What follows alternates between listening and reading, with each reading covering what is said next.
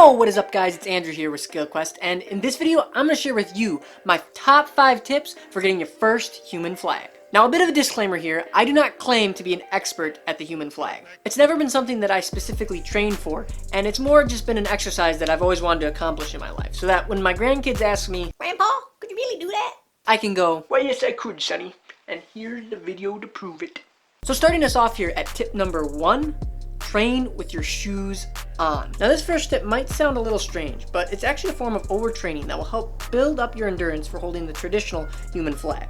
If you ever watch any of the professionals across YouTube who perform the human flag on a regular basis, you'll probably notice that a lot of them are performing this trick without shoes. And this is not by accident. Collectively together, your shoes probably only weigh about 1.5 pounds, which doesn't sound like much, but when they become the farthest thing away from the fulcrum of your arms, they begin to feel like lead weights at the end of your legs. And this is the point. If you can learn to train with the extra weight of your shoes on your body, then when you go to perform a human flag without shoes, you'll feel as light as a feather. Moving on here to tip number 2, whenever you are going into the human flag position, isometrically contract all of the muscles below your shoulders. You see, your entire body is encased in a sensory organ called the fascia, and essentially what this organ does is connect every single tissue in your body together in a web-like matrix that allows your body to act as one rigid unit. So when you contract everything below your shoulders, the fascia throughout your entire body along with your muscles tense up, giving you an extra level of mechanical strength for stability. Oh, and when I say contract everything below your shoulders, I mean everything from your abs to your arches. Literally everything. So tip number 3, and you have to believe me on this one, is perform this stretch as often as possible. Now I'm not entirely sure what this stretch is called, but in all honesty, this one stretch alone helped relieve me from many of the shoulder problems that have plagued me over the years.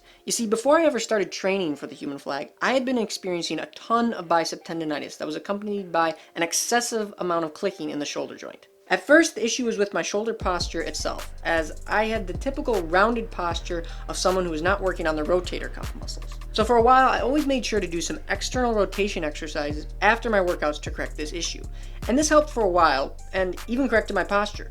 But several months later, I began having the same problems again, even with my good posture. So once again, I began hunting for a solution until I came across a video by Jeff Cavalier where he talked about having good shoulder mobility and being able to do this. Something that, at the time, I could not do very well, to say the least. Anyways, what I started to do was work on each arm's range of motion by reaching as far as I could behind my back and slowly working it up higher and higher. And actually, I used to do this on my way to work early in the mornings while driving my car to pass the time.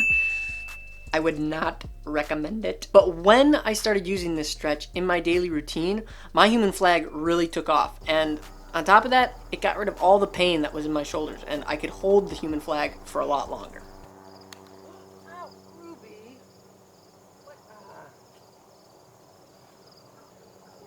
Told you to go.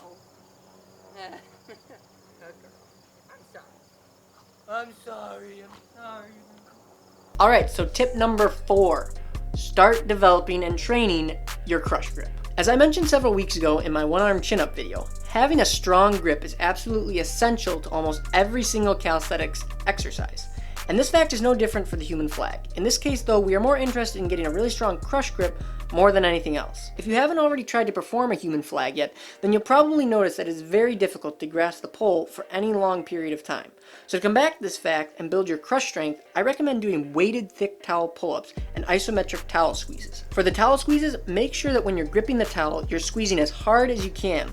This way, you train your central nervous system to recruit as many muscle motor units as possible, thereby increasing your overall strength to weight ratio. So for my last and final tip, it's kind of generic, but you just have to really start practicing on your negative flags. When I first started to train for the human flag, this is the exercise I started out with, as it allowed me to get my body into the position of the flag and practice using my arms to let my legs down gently. For those of you who are just starting to dip your toes into human flag training, I'd suggest starting out with some tucked or piked negatives just so your muscles can get comfortable handling the weight of your own body.